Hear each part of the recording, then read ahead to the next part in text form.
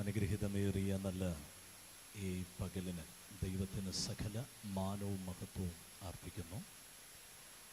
വിവാഹ ശുശ്രൂഷയിൽ പങ്കെടുക്കേണ്ടതിന് വേണ്ടി വിദൂരങ്ങളിൽ നിന്നും കടന്നു വന്നിരിക്കുന്ന ബന്ധുമിത്രാദികൾ, ചാർച്ചക്കാർ, സമശിഷ്ടങ്ങൾ എല്ലാവർക്കും ധന്യനായിരിക്കുന്ന യേശു ക്രിസ്തുവിൻ്റെ നിസ്തുല്യ നാമത്തിൽ പകൽ ക്രിസ്തീയ സ്നേഹ വന്ദനം.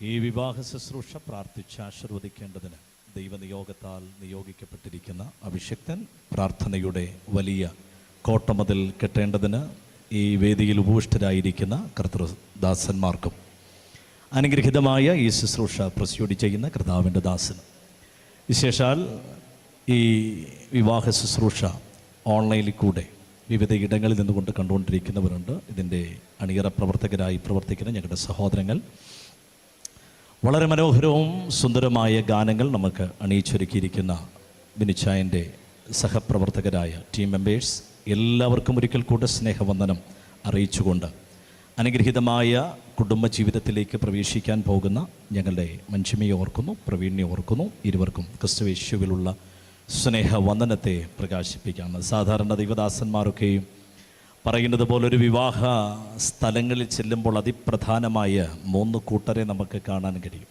അതിലൊന്നാമത്തെ കൂട്ടരെന്ന് പറയുന്നത് ഈ വിവാഹ ശുശ്രൂഷ ഇവിടെ പരിസമാപ്തി കുറിക്കുന്നതിന് മുമ്പ് ഇങ്ങനെ ഒരു വേദിയിലേക്ക് പോയാൽ കൊള്ളാമെന്ന് ആഗ്രഹിച്ചുകൊണ്ട് അതിന് തക്കതായതിനെ അന്വേഷിച്ചുകൊണ്ട് പരതുന്ന ആളുകളെ ഇതിൻ്റെ ഇടയിൽ കാണാം. അവരിതിൻ്റെ ഫ്രണ്ടിൽ കൂടെ വരും, ഇടയ്ക്ക് കൂടെ ഒന്ന് ഇറങ്ങി നടക്കും. എവിടെയാണ് അവരുടേത് പങ്കാളി എന്നറിയേണ്ടതിന് വേണ്ടി അവരിങ്ങനെ ബന്ധപ്പെട്ടുകൊണ്ടിരിക്കും. അവരെ സംബന്ധിച്ചിടത്തോളം ഈ ശുശ്രൂഷ അവർക്ക് വളരെ ആവേശപരമായിട്ടാണ് ഈ സദസ്സിനെ അവർ കാണുന്നത്. അങ്ങനെ ഒന്നാമത്തെ കൂട്ടരെ കാണാം. രണ്ടാമത്തെ കൂട്ടരെന്ന് പറയുന്നത് വളരെ സന്തോഷത്തോടു കൂടി ഇരിക്കുകയാണ്. കാരണം അത് മറ്റാരുമല്ല, ഇന്ന് വിവാഹ ജീവിതത്തിലേക്ക് പ്രവേശിക്കാൻ ഒരുക്കപ്പെട്ടു വന്നിരിക്കുന്ന അവർ ഇരുവരും അവരുടെ രക്തബന്ധങ്ങളായ സമശിഷ്ടങ്ങളാണ്. വളരെ സന്തോഷത്തോടുകൂടെ ഇന്ന് ഈ വേദിയിൽ ഇവിടെ ആയിരിക്കുന്നത്. അവരെയും ഓർത്ത് സ്തോത്രം ചെയ്യുന്നു. മൂന്നാമത്തെ കൂട്ടരെന്ന് പറയുന്നത്, അവരെക്കുറിച്ച് പറയുന്നത് വളരെ രസകരമാണ്. അവർ പരവേശം കയറിയവരാണെന്ന്. എന്താ കാരണം എന്ന് വെച്ചാൽ വിവാഹം കഴിഞ്ഞു, ഇത് വലിയൊരു കുരിശായിപ്പോയല്ലോ എന്ന് തോന്നി കുറ്റബോധം പേറിയവരായി ഒരുപറ്റം ആളുകളെ കാണുന്നവരുണ്ട്. അവരെ സംബന്ധിച്ചിടത്തോളം അവർ പറയുന്നത് ഇതിനേക്കാൾ നല്ലത് ജീവപര്യന്ത ശിക്ഷയായിരുന്നു എന്ന് തോന്നുന്ന ഒട്ടനവധി ആളുകളെയുണ്ട്. അതുകൊണ്ട് വിവാഹത്തിലേക്ക് പ്രവേശിക്കുന്ന കുഞ്ഞുങ്ങളോട് പറയുന്നു, തോറ്റവരെ നോക്കരുത്, ജയിച്ചവർ നമ്മുടെ മുൻപിലുണ്ട്. അവരായിരിക്കണം നമ്മളുടെ മുൻപിൽ മാതൃകയാകേണ്ടത്. അതുകൊണ്ട് ഇവിടെ ഇതര മതവിഭാഗത്തിൽപ്പെട്ട ആളുകളുണ്ട്. ക്രൈസ്തവ വിവാഹ വേദികളിൽ ഒട്ടനവധി പ്രാവശ്യങ്ങൾ പങ്കെടുക്കുകയും ഈ സന്ദേശങ്ങൾ ഒക്കെയും ചിലർക്ക് അരോചകത്വം തോന്നിയവരുമൊക്കെയുണ്ട്. അതുകൊണ്ട് നിങ്ങളെ ഏവരെയും അല്പനിമിഷം ഞങ്ങൾ തിരുവെഴുത്തിലേക്ക് സാദരം ക്ഷണിക്കുകയാണ്. ഈ സന്ദേശം വിവാഹം കഴിക്കാനുള്ളവർക്കും വിവാഹവേദിയിൽ വന്നിരിക്കുന്നവർക്കും വിവാഹം കഴിഞ്ഞവർക്കുമൊക്കെ ഒരുപോലെ ഉപകാരപ്രദമാകുന്ന ഒരു ലഘു സന്ദേശം നിങ്ങളുമായി കൈമാറ്റം ചെയ്യുവാൻ ഞങ്ങൾ ആഗ്രഹിക്കുന്നു. അതുകൊണ്ട് സവിനയം സാദരം ഈ സന്ദേശം നിങ്ങളുടെ ഹൃദയങ്ങളിലേക്ക് ചേർത്ത് വയ്ക്കുവാൻ ഞാൻ വളരെ ബഹുമാന ബുദ്ധിയിൽ ഓർമ്മപ്പെടുത്തി സന്ദേശത്തിലേക്ക് പ്രവേശിക്കുകയാണ്. വിശുദ്ധ ബൈബിൾ അനുഗ്രഹീതമായ ഒരു കുടുംബത്തെ വളരെ ചിത്രീകരിച്ചുകൊണ്ട് പരിചയപ്പെടുത്തിയ ഒരു സങ്കീർത്തന ഭാഗമുണ്ട്. അത് വിവാഹവേദികളിലൊക്കെ വായിക്കാറുണ്ട്. പക്ഷേ തിരക്കേറിയ അനുഭവമാണ്. ഈ ആശീർവാദ സമയത്തോടടുത്ത് വരുമ്പോൾ ആളുകൾ പിന്നീട് ഭക്ഷണത്തിന് വേണ്ടിയുള്ള ഭക്ഷണശാലയിലേക്ക് പോകാനുള്ള വെപ്രാളത്തിൻ്റെ ഇടയിൽ ഒരുപക്ഷെ നിങ്ങളും അത് ശ്രദ്ധിക്കാൻ സാധ്യതയില്ല. വിവാഹിതരാകുന്നവരും ഈ വേദിയിലിരിക്കുന്നവരുമൊക്കെ അധികം ശ്രദ്ധിക്കാതെ പോകുന്നൊരു മനോഹര സങ്കീർത്തന ഭാഗമുണ്ട്. 128 സങ്കീർത്തനം അതിൻ്റെ 4 വാക്യമാണ്. യഹോവ ഭക്തനായ പുരുഷൻ ഇങ്ങനെ അനുഗ്രഹിക്കപ്പെടും. വളരെ മനോഹരമാണ് ആ വാക്യം, വളരെ വിശാലമാണ് അതിൻ്റെ ചിന്തകൾ. ഒട്ടനവധി കാര്യങ്ങൾ ചേർത്ത് വയ്ക്കേണ്ടതുണ്ട്. കാരണം നമ്മൾ ഇന്ന് ജീവിക്കുന്ന ഈ ജീവിത കാലഘട്ടത്തിൻ്റെ ഒരു ചിത്രമെന്ന് പറയുന്നത് ഇന്നത്തെ കാലം അണുകുടുംബത്തിലേക്ക് മാറിയതുകൊണ്ട് ബന്ധങ്ങൾക്ക് യാതൊരു വിധത്തെയും വില കൽപ്പിക്കാറില്ല. ഒരു കാലഘട്ടങ്ങളിൽ കൂട്ടുകുടുംബം ഉണ്ടായിരുന്നത് കൊണ്ട് ഒരാളെ സംബന്ധിച്ചിടത്തോളം ആ ആൾ വീട് വിട്ടിറങ്ങിയാൽ അവരുടെ അപ്പൻ്റെ സഹോദരങ്ങൾ, അമ്മയുടെ സഹോദരങ്ങൾ, അവരുടെ ബന്ധുമിത്രാദികളുടെ വലിയൊരു വലയമുണ്ട്. അതുകൊണ്ട് അവരുടെ സ്നേഹബന്ധങ്ങളൊക്കെ പെട്ട പല ആളുകളെയും കാണേണ്ടി വരുന്നു. അവരുടെ മുൻപിൽ കൂടെ ജീവിതം നയിക്കേണ്ടി വരുന്നത് കൊണ്ട് അവർ മുഖാന്തരം നമ്മളെക്കുറിച്ച് എങ്ങനെങ്കിലും വീട്ടിൽ ഏതെങ്കിലും നമ്മുടെ റിമാർക്കുകൾ പറയുമോ എന്നുള്ള പേടി കൊണ്ട് നാം പലതിനും ഭയന്നിരുന്നു. പലതും അവിടെ നിന്നും അകന്നകന്ന് മനുഷ്യൻ ഓടി ജീവിച്ചിരുന്നൊരു കാലം. പക്ഷെ ഇന്നങ്ങനല്ല. ഇന്ന് അപ്പനെ അറിയാം, അമ്മയെ അറിയാം, ഏറ്റവും അടുത്ത ബന്ധങ്ങളെ അറിയാം, ബാക്കി ആരെയും അറിയത്തില്ല. അവരെയൊക്കെ അറിയുന്നത് എവിടാന്ന് ചോദിച്ചാൽ ഇങ്ങനെയുള്ള വേദികളിലൊക്കെ വരുമ്പോഴാണ് അത് ഇന്ന ആളുടെ മകനാണ്, ഇന്ന കുടുംബക്കാരാണ് എന്നൊക്കെയുള്ള ബന്ധങ്ങളിലേക്ക് പോകുന്നത്. അതുകൊണ്ട് ഈ കുടുംബം അണുകുടുംബമായി മാറിയത് കൊണ്ട് ബന്ധങ്ങൾ ശിഥിലീകരിക്കപ്പെട്ടുകൊണ്ടിരിക്കുന്നു എന്നുള്ളത് അക്ഷരാർത്ഥത്തിൽ നമ്മൾ സമ്മതിക്കേണ്ടിയിരിക്കുന്നു. സാക്ഷര കേരളം എന്ന് നാം വിശേഷിപ്പിക്കുന്ന ഈ സുന്ദര കേരളത്തിൻ്റെ ഇന്നത്തെ ഒരു മുഖം ഞാനൊന്ന് ഓർമ്മപ്പെടുത്താം. വിവാഹമോചനത്തിൻ്റെ കുടുംബ കോടതികളുടെ എണ്ണം വർദ്ധിച്ചുകൊണ്ടിരിക്കുന്നു. വിവാഹ ജീവിതത്തിൻ്റെ ദീർഘകാലങ്ങൾ അനുഭവ സമ്പത്തുള്ള നിരവധി മാതാപിതാക്കൾ എന്നെ കേട്ടുകൊണ്ടിരിക്കുമ്പോൾ വിവാഹമോചനം എന്ന് പറയുന്നത് ഇന്നൊരു ഫാഷനായി മാറിക്കൊണ്ടിരിക്കുന്നു. എന്താ കാരണം? ഇന്നലകളിൽ നമ്മുടെ കുഞ്ഞുങ്ങളുടെ ജീവിതങ്ങളിലൊക്കെ ഏതെങ്കിലും മറ്റൊരു ബന്ധങ്ങളിലേക്ക് മനസ്സൊന്ന് ചാഞ്ചാടി എന്നറിഞ്ഞാൽ അവരെ താക്കീത് ചെയ്യാനും അവരെ ബോധവൽക്കരണം ചെയ്യാനുള്ള ബന്ധുമിത്രാദികളുടെ വലയമുണ്ടായിരുന്നു. പക്ഷേ ഇന്ന് അതെല്ലാം മാറിയിരിക്കുന്നു. നിസാരം നമ്മുടെ മൊബൈലിലേക്ക് വന്നിരിക്കുന്ന ഇവിടുത്തെ ആധുനിക ടെക്നോളജികൾ ഉപയോഗിച്ചുകൊണ്ട് ഒറ്റ ഹായിക്ക് ഒരു കുടുംബം തന്നെ മുച്ചൂട് മുടിച്ചു കളയുന്ന വിധത്തിലേക്ക് തകർന്നടിഞ്ഞുകൊണ്ടിരിക്കുന്നു എന്നുള്ളത് ഒരു നഗ്ന സത്യമാണ്. നിങ്ങൾ ഏത് മതത്തിൽപ്പെട്ടവരാണെങ്കിലും ഏത് ദൈവിക പശ്ചാത്തലങ്ങളിൽ നിങ്ങൾ വിശ്വസിക്കുന്നവരാണെങ്കിലും ഇത് നിഷേധിക്കാൻ പറ്റാത്ത ഒരു നഗ്ന സത്യമായി നിങ്ങൾ ചേർത്ത് പിടിക്കണം. അങ്ങനെ ഒരു ദുരന്തം നമ്മുടെ ജീവിതങ്ങളിൽ സംഭവിക്കാതിരിക്കേണ്ടതിന് ഞാനിതിൻ്റെ സന്ദേശത്തിൻ്റെ ക്ലൈമാക്സിൽ ഒരുവനെ ഞാൻ പരിചയപ്പെടുത്താം. എങ്കിലും നിങ്ങളൊന്ന് ശ്രദ്ധിച്ചുകൊള്ളുക. ഇങ്ങനെയുള്ള അണുകുടുംബങ്ങൾ തകർന്നടിയുന്നതിൻ്റെ കാരണമെന്ന് പറയുന്നത് ഇന്നലകളിൽ നമ്മുടെ കുഞ്ഞുങ്ങൾ എവിടെയോ മനസ്സൊന്നു ചാഞ്ചാടി. അവരിന്ന് അവരെയൊക്കെ വീട്ടിൽ വിളിച്ചുകൊണ്ട് വരാൻ അവരൊരു പെർമിഷൻ കണ്ടെത്തിയിരിക്കുന്നത് അതെൻ്റെ ബെസ്റ്റിയാണെന്ന്. ഇന്നത്തെ ഈ ന്യൂജൻ തലമുറകൾ കൂടുതൽ പറയുന്ന പദപ്രയോഗമാണ് ബെസ്റ്റി.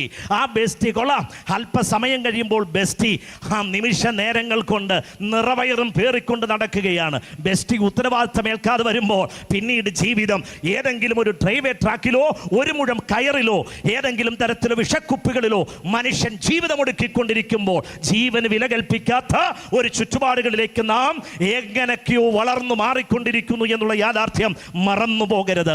കൈയും കാലും വളർന്നത് നോക്കി അവരുടെ ഭാവിയെ കണ്ടുകൊണ്ട് പ്രതീക്ഷയോടെ പ്രത്യാശയോടെ വളർത്തിയെടുത്ത മാതാപിതാക്കൾക്ക് കാണാൻ കഴിയുന്നത് നിശ്ചലമായി വീട്ടുമുറ്റത്തിൽ കിടക്കേണ്ടി വരുന്ന വെള്ള പൊതിപ്പിച്ച് കിടക്കുന്ന കുഞ്ഞുങ്ങളുടെ മൃതശരീരമാണ്. അവർ മുമ്പിൽ അലമുറയിട്ട് കരയുന്ന എത്രയെത്ര മാതാപിതാക്കളെ നമ്മൾ കണ്ടുകൊണ്ടിരിക്കുന്നു. ദിനപത്രങ്ങളിലൂടെ ദൃശ്യശ്രവണ മാധ്യമങ്ങളിലൂടെ നമ്മൾ അവയെല്ലാം കണ്ടുകൊണ്ടിരിക്കുകയാണ്. എത്ര വേദനാജനകമാണെന്നറിയാമോ കൂടപ്പിറപ്പുകളെ? എല്ലാം വിവരിക്കാൻ സമയമില്ല. എങ്കിലും ഞാൻ സമയത്തിൻ്റെ പരിമിതിയിൽ നിന്നുകൊണ്ട് ഇങ്ങനെ ഓർമ്മപ്പെടുത്താം. പ്രായം ചെന്നൊരു അപ്പനോ അമ്മയോ നമ്മുടെ വീട്ടിലെ ആരെങ്കിലും മരിക്കുന്നു എന്ന് പറയുന്നത് സ്വാഭാവികമാണ്. പക്ഷേ ജീവനോടിരിക്കെ അപ്പനും അമ്മയുടെയും മുൻപിൽ നിശ്ചലമായി വളർന്ന നാളുകളുടെ ഏതൊക്കെയോ മേഖലകളിലേക്ക് ഉയർന്നു കയറേണ്ട യുവതലമുറകൾ മരിച്ചു കിടക്കുന്നത് കാണാൻ അതൊരു വേദനാജനകം തന്നെയാണ്. ഒരിക്കലും ആ മുറിവുകളെ വെച്ച് കെട്ടാൻ കഴിയില്ല. അവരുടെ കണ്ണടയുന്നതുവരെ ആ തീരാ ദുഃഖങ്ങൾ അവരെ വേട്ടയാടിക്കൊണ്ടിരിക്കും. ഈ സന്ദേശം പറയുമ്പോൾ ചെറുപ്പക്കാർ മിക്കവാറും എന്നെ വീട്ടിൽ വിടാൻ സാധ്യതയില്ല, എനിക്ക് നല്ല ഉറപ്പുണ്ട്. പക്ഷേ പ്രാർത്ഥനയോടുകൂടി ഈ സന്ദേശം കേൾക്കുന്ന ഒട്ടനവധി ഇതര മതത്തിൽപ്പെട്ടവരുമുണ്ട്. അവരെല്ലാം ഞാൻ ഓർത്തുകൊണ്ട് ഈ സന്ദേശത്തിൽ ഇങ്ങനെ പറഞ്ഞ് അവസാനിപ്പിക്കാൻ ആഗ്രഹിക്കുന്നു. യഹോവഭക്തനായ പുരുഷൻ ഇങ്ങനെ അനുഗ്രഹിക്കപ്പെടണം. അനുഗ്രഹത്തിൻ്റെ സവിശേഷത ഈ സങ്കീർത്തന ഭാഗത്തിൽ അണിയിച്ചു വെച്ചപ്പോൾ സഹോദരിയെക്കുറിച്ച് പറഞ്ഞു, കുടുംബനാഥയെക്കുറിച്ച് പറഞ്ഞൊരു പദപ്രയോഗമുണ്ട്. അവൾ വീടിനകത്ത് ഫലപ്രദമായ മുന്തിരി വള്ളി എന്നാണ്. അതിൻ്റെ ഒറിജിനൽ ട്രാൻസ്ലേഷനിലേക്ക് പോയാൽ വീടിന് ഓരത്ത് വളരെ മനോഹരമായ ഒരു മുന്തിരിവള്ളി എന്നാണ്. യഹൂദന്മാരുടെ പശ്ചാത്തലമാണ് ഈ സങ്കീർത്തനങ്ങളിലുള്ളത്. അതുകൊണ്ട് അവരെല്ലാം നിരവധി ഈ മുന്തിരിത്തോട്ടങ്ങൾ നട്ടുവളർത്തുന്നവരാണ്. പക്ഷേ ഇവർ വീട്ടുകാര്യങ്ങൾക്ക് വേണ്ടി അവർ വളർത്തുന്ന മുന്തിരി അവർ വീടിനോട് അരികെയാണ്. അത് സാമർഥ്യമുള്ള ഒരു ഭാര്യ ചെയ്യേണ്ടതാണ്. ഇതിനേറെ പറയുന്നു, ഇന്ന് ആധുനിക ടെക്നോളജികളായതുകൊണ്ട് വീട്ടിൽ പോലും നേരെ ചൊവ്വനെ ഭക്ഷണം വയ്ക്കാൻ പലർക്കും അറിയില്ല. പലതിനും ഉപ്പ് കൂടുന്നു, പലതിനും മധുരം കൂടുന്നു.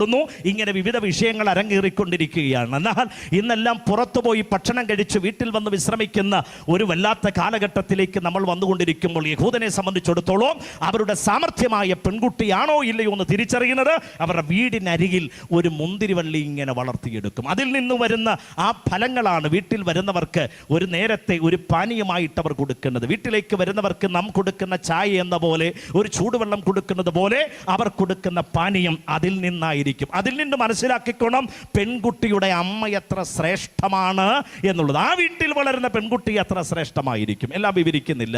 മക്കളെക്കുറിച്ച് പറഞ്ഞപ്പോൾ ആ മക്കളെക്കുറിച്ച് പറയുന്നത് അവർ മേശയ്ക്ക് ചുറ്റും ഒലിവ് തൈകൾ പോലെ. ഒട്ടനവധി പ്രാവശ്യം പ്രഭാഷണങ്ങൾ കേട്ടിട്ടുള്ളവരുണ്ടെന്ന് എനിക്കറിയാം. എങ്കിലും ഞാനിവിടെ ഒരു കാര്യം ഓർമ്മപ്പെടുത്തുന്നു. ഒലിവ് തൈകളോട് ചേർത്ത് നിർത്തിയിരിക്കുന്നു മക്കളെ. ഇത് മറ്റൊരു വൃക്ഷങ്ങളോട് ചേർത്ത് നിർത്തിയില്ല. ആഞ്ഞിലിയോടൊരിക്കൽ ചേർത്ത് നിർത്താഞ്ഞത് എന്ത് എന്നൊരു ചിന്തകൻ ചോദിച്ചു. അതിനുത്തരം അദ്ദേഹം തന്നെ പറഞ്ഞത് ഇങ്ങനെയാണ്: ആഞ്ഞിലി എന്ന് പറയുന്ന മരം ഇന്ന് നമ്മൾ ആരും വെച്ചുപിടിപ്പിച്ചതൊന്നുമല്ല. അതൊക്കെ ഏതൊക്കെയോ പക്ഷികൾ തിന്നതിൻ്റെ വേസ്റ്റുകൾ, അത് വിസർജിച്ചതിൻ്റെ ഭാഗമായിട്ട് കിളുത്തതാണ് ആഞ്ഞിലി. പക്ഷേ ഒലിവ് കിളുക്കുന്നത് അങ്ങനെയല്ല. ഒലിവിന് സവിശേഷതകൾ ഒട്ടനവധിയുണ്ട്. എണ്ണം നിറഞ്ഞു നിൽക്കുന്ന ഒരു വൃക്ഷമാണ് ഒലിവ്. ഇതിൻ്റെ തൈ കിളിർക്കുന്നത് അതിൻ്റെ വേരിൽ നിന്നാണ് മുളയ്ക്കുന്നത്. വേരിൽ നിന്ന് മുളയ്ക്കുന്നത് കൊണ്ട് എന്താണ് അതിൻ്റെ സവിശേഷത? സവിശേഷത എന്ന് പറഞ്ഞാൽ ഈ വൃക്ഷത്തിൻ്റെ വാർദ്ധക്യ സഹജമായി എത്തിയിരിക്കുന്ന പല ശിഖരങ്ങളും പ്രായാധിക്യം കൊണ്ട് മെല്ലെ താഴേക്ക് ഒന്ന് കുമ്പിടാൻ ശ്രമിക്കും. ഈ സമയത്ത് ആ ചുവട്ടിൽ നിന്നും കിളിർത്തു വരുന്ന ഇതിൻ്റെ തൈകളുണ്ടല്ലോ, ഇതിനെ പതുക്കെ താങ്ങി ഒന്ന് ഉയർത്തും. എന്നെ കേൾക്കുന്ന മാതാപിതാക്കൾ ശ്രദ്ധിക്കൂ. നമ്മുടെ തലമുറകൾ വാർദ്ധക്യകാലത്ത് നിന്നെ സംരക്ഷിക്കുന്ന താങ്ങും തണലുമായിരിക്കണം. ഞാൻ ഇവരെ രണ്ടുപേരെയും ഓർത്ത് ദൈവത്തിന് നന്ദി കരേറ്റുമ്പോൾ തന്നെ ഇവരുടെ മാതാപിതാക്കൾക്ക് ഞാനൊരു ബിഗ് സല്യൂട്ട് ചെയ്യുകയാണ്. കാരണം ഒളിച്ചോട്ടങ്ങൾ ഒട്ടും കുറവല്ലാത്ത ഈ കേരളത്തിന് നടുവിൽ, തിരുവനന്തപുരം ജില്ലയുടെ നടുവിൽ ഇവരെ ഇങ്ങനെ ഒരു വേദിയിലേക്ക് ആനയിച്ചപ്പോൾ അവരുടെ ജീവിതത്തിൽ അവരെത്ര കഠിനമായ നിയമങ്ങൾ അഴിച്ചുവിട്ടാണ് ഈ നിലയിൽ ഇവരെ ഇവിടെ കൊണ്ടെത്തിയിരിക്കുന്നതെന്നറിയാമോ? ഇവിടെ ഞാൻ പറയാം, അപ്പനും അമ്മയും വിജയിക്കുന്ന ഒരു വേദിയാണ് മക്കളുടെ വിവാഹ വേദി എന്ന് പറയുന്നത്. മക്കൾക്ക് ഇങ്ങനൊരു ഭാവി കാണാൻ കഴിയാതെ തലകുനിച്ചു പങ്കെടുക്കുന്നവർ ഇവിടെ ഉണ്ടെന്ന് എനിക്കറിയാം. എങ്കിലും ഞാൻ ഓർമ്മപ്പെടുത്തുന്നു, ഇങ്ങനെ മനോഹരമായിരിക്കുന്ന വേദിയിൽ അവർ നിൽക്കുമ്പോൾ അവരുടെ ജീവിത പശ്ചാത്തലങ്ങളിൽ, അവരുടെ രക്തബന്ധങ്ങളുടെ നടുവിൽ, അവരുടെ സമശിഷ്ടങ്ങളുടെ നടുവിൽ, അവരുടെ സമൂഹത്തിന് നടുവിൽ അവർ വിജയശ്രീലാളിതരായിട്ടാണ് നിൽക്കുന്നത്. അത് വിശ്വസിക്കുന്നവരുണ്ടെങ്കിൽ ഒന്ന് കരമുയർത്തി ദൈവത്തിനൊന്ന് നന്ദി പറഞ്ഞേ. വളർത്തിയ മക്കളുടെ ഇങ്ങനെ ഭാവി കാണാതെ പോയ എത്ര മാതാപിതാക്കളെക്കാൾ ഭാഗ്യവാന്മാരാണ് ഇവിടെ എൻ്റെ മുൻപിൽ നിൽക്കുന്ന മാതാപിതാക്കൾ. അവരെ ഓർത്ത് ഞാൻ ദൈവത്തിന് സ്തോത്രം ചെയ്യുന്നു. തൻ്റെ ഈ തൈകൾ വളർന്നു വന്നു, ഇതിനെ ഇങ്ങനെ സംരക്ഷിക്കുന്നു. ഇതാണ് ഒരു കുടുംബ പശ്ചാത്തലത്തിൽ ഉണ്ടാകേണ്ടത്. അപ്പൻ്റെ അമ്മയുടെ വാക്കുകൾ കേട്ട് അവർക്ക് താങ്ങും തണലുമായി കരുത്തോടെ നിൽക്കുന്ന ഒരു കുടുംബമായി തീരുന്നത് എത്രയോ സൗഭാഗ്യം. ഞാനിങ്ങനെ വാക്കുകൾ പറഞ്ഞ് അവസാനിപ്പിക്കാം. ഞാൻ ഒടുവിൽ പറയാമെന്ന് പറഞ്ഞതിൻ്റെ ഏറ്റവും ശ്രേഷ്ഠത ഒന്ന് ഓർമ്മപ്പെടുത്തുന്ന വിവാഹത്തോടുള്ള ബന്ധത്തിലാണ്. വളരെ ഗൗരവത്തോടെ തിരുവെഴുത്തുകൾ നമ്മൾ പഠിക്കുമ്പോൾ കാണാൻ കഴിയുന്നത് കുടുംബജീവിതം സ്ഥാപിതമാക്കിയ ദൈവം തന്നെ ഒരിക്കൽ പറഞ്ഞൊരു പദപ്രയോഗമുണ്ട്. ഉൽപ്പത്തി പുസ്തകം 2-ാം അധ്യായത്തിൽ ഇങ്ങനെയാണ് എഴുതിയിരിക്കുന്നത്: പുരുഷൻ അപ്പനെയും അമ്മയും വിട്ട് ഭാര്യയോട് പറ്റിച്ചേരും. കാലങ്ങൾ പലത് മുൻപോട്ട് നീങ്ങി കർത്താവായിരിക്കുന്ന യേശു ക്രിസ്തുവിൻ്റെ അരികിലേക്ക് പരീക്ഷ സംഗമം ഒരുമിച്ച് ചേർന്ന് നിന്നിട്ട് ഏത് കാര്യം ചൊല്ലി ഭാര്യയെ ഉപേക്ഷിക്കണം? അവിടെ കർത്താവ് വായ്മൊഴിഞ്ഞ് പറഞ്ഞ വളരെ ഗൗരവമുള്ളൊരു പദപ്രയോഗമുണ്ട്. ആ പദപ്രയോഗം ഇങ്ങനെയാണ്: ആ പുരുഷനെന്ന പദപ്രയോഗം ഉൽപ്പത്തി പറഞ്ഞത് കർത്താവ് ഒന്നും കൂടെ വ്യക്തമാക്കുന്നു. മനുഷ്യൻ അപ്പനെയും അമ്മയും വിട്ട് ഭാര്യയോട് പറ്റിച്ചേരണം. തീർന്നില്ല. ഇതൊരു മർമ്മമായതുകൊണ്ട് ധന്യനായ പൗലോസ്ലിഹ, 3-ാം സ്വർഗത്തോളം എടുക്കപ്പെട്ട പൗലോസ്ലിഹ തൻ്റെ എഫേസ്യ ലേഖനം 5-ാം അധ്യായത്തിൽ 31 ഇതിൻ്റെ കേടുപാടുകൾ മുഴുവനും നികത്തിക്കൊണ്ടൊരു പദപ്രയോഗം പറഞ്ഞു. ഒരു പുരുഷൻ തൻ്റെ അപ്പനെയും അമ്മയെയും വിട്ട് ഭാര്യയോട് പറ്റിച്ചേരും. സാധാരണ നമ്മൾ ഈ വിവാഹ ശുശ്രൂഷകൾ ഇതൊക്കെ പറയുന്നെങ്കിലും ഇവിടെ നടക്കുന്ന ശുശ്രൂഷ ഒന്ന് ശ്രദ്ധിച്ചാൽ തികച്ചും വ്യത്യസ്തമാണ്. എന്താണെന്നറിയാമോ? തനിക്ക് ജന്മം കൊടുത്ത അപ്പനെയും അമ്മയും ആ ദേശത്തെയും ഒക്കെ വിട്ടിട്ട് നമ്മുടെ മഞ്ജിമ പ്രവീണോട് ചേരുന്നതാ സത്യത്തിൽ ഇവിടെ നടക്കുന്നത്. എന്നാൽ ഈ പദപ്രയോഗം നിങ്ങൾ ശ്രദ്ധിച്ചേ: ഒരു പുരുഷൻ അപ്പനെയും അമ്മയെയും വിട്ടു ഭാര്യയോട് പറ്റിച്ചേരും എന്ന് വെച്ചാൽ പ്രവീൺ ഇതാ മഞ്ജിമയോട് പറ്റിച്ചേരുന്നു. അത് ഈ ഭൂമിയിൽ നടന്നിട്ടില്ല, നടക്കുന്ന ഒരിടത്തു മാത്രമേ ഉള്ളൂ. ആ പുരുഷൻ മറ്റാരുമല്ല. പൗലോസ്ലീഹ പറഞ്ഞു, ഇത് ഒരു മർമ്മമത്രേ, ക്രിസ്തുവിനെയും സഭയെയും കുറിച്ചത്രേ പറഞ്ഞത്. അങ്ങനെങ്കിൽ ഇവിടെ നടക്കുന്നത് ഒരു നിഴൽ മാത്രമാണ്. അതിൻ്റെ പൊരുളിൻ്റെ യാഥാർത്ഥ്യം എന്ന് പറയുന്നത് സ്വർഗീയ പിതാവാം ദൈവത്തെ വിട്ട്, മീതെയുള്ള യെരുശലേം എന്ന അമ്മയെ വിട്ട് പുത്രനായ ക്രിസ്തു ഇന്നേക്ക് 2023 വർഷങ്ങൾക്കിപ്പുറം ഈ ഭൂമിയിലേക്ക് മനുഷ്യനായി പിറന്ന് എന്നെയും നിങ്ങളെയും സ്വന്തമാക്കാൻ സ്വന്തം ജീവനെ വെച്ച് നൽകി അവൻ സഭ എന്ന സത്യത്തോട് ചേർന്നു. അതാണ് അതിൻ്റെ സത്യം. ഞാൻ വാക്കുകൾക്ക് ഇവിടെ വിരാമം കുറിക്കുമ്പോൾ എന്നെ കേൾക്കുന്ന മാന്യ ശ്രോതാക്കൾ പറയാം, തകർന്നടിഞ്ഞിരിക്കുന്ന ജീവിതത്തിൻ്റെ മുഖങ്ങളിൽ മുൻപോട്ട് ആരും കാണാതെ കണ്ണുനീരൊപ്പുന്നവരാരെങ്കിലും ഇവിടെ ഉണ്ടെങ്കിൽ ഞങ്ങൾ ഒരുവനെ പരിചയപ്പെടുത്തുന്നു. നസ്രയനാകുന്ന യേശു ക്രിസ്തു എന്ന ഏക സത്യദൈവം. ആ ദൈവത്താൽ സ്ഥാപിതമായ കുടുംബത്തിൽ കൂടെയാണ് ഇവർ രണ്ടുപേരും ഈ അനുഗ്രഹിക്കപ്പെട്ട വേദിയിലേക്ക് വന്നത്. മക്കളെ, മറക്കരുത്, ജീവിതത്തിൽ അനുഗമിക്കാൻ കൊള്ളാവുന്ന, അംഗീകരിക്കാൻ പറ്റുന്ന, ജീവിതത്തിൽ ചേർത്ത് പിടിക്കാൻ പറ്റുന്ന ഏത് തരത്തിലും ഏത് മേഖലകളിലും നമ്മുടെ ആശ്രയമായി ഒരുവനുണ്ട്. അവൻ്റെ പേര് യേശു ക്രിസ്തു എന്നാണ്. മറ്റൊരുത്തനിലും രക്ഷയില്ല. നാം രക്ഷിക്കപ്പെടുവാൻ ആകാശത്തിന് കീഴിൽ മനുഷ്യരുടെ ഇടയിൽ നൽകപ്പെട്ട വേറൊരു നാമവും ഇല്ല. ഈ നാമം നിങ്ങളെ എല്ലാവരെയും ആശീർവദിക്കട്ടെ എന്ന് ആശംസിച്ച് വാക്കുകൾക്ക് വിരാമം കുറിക്കുന്നു. ദൈവം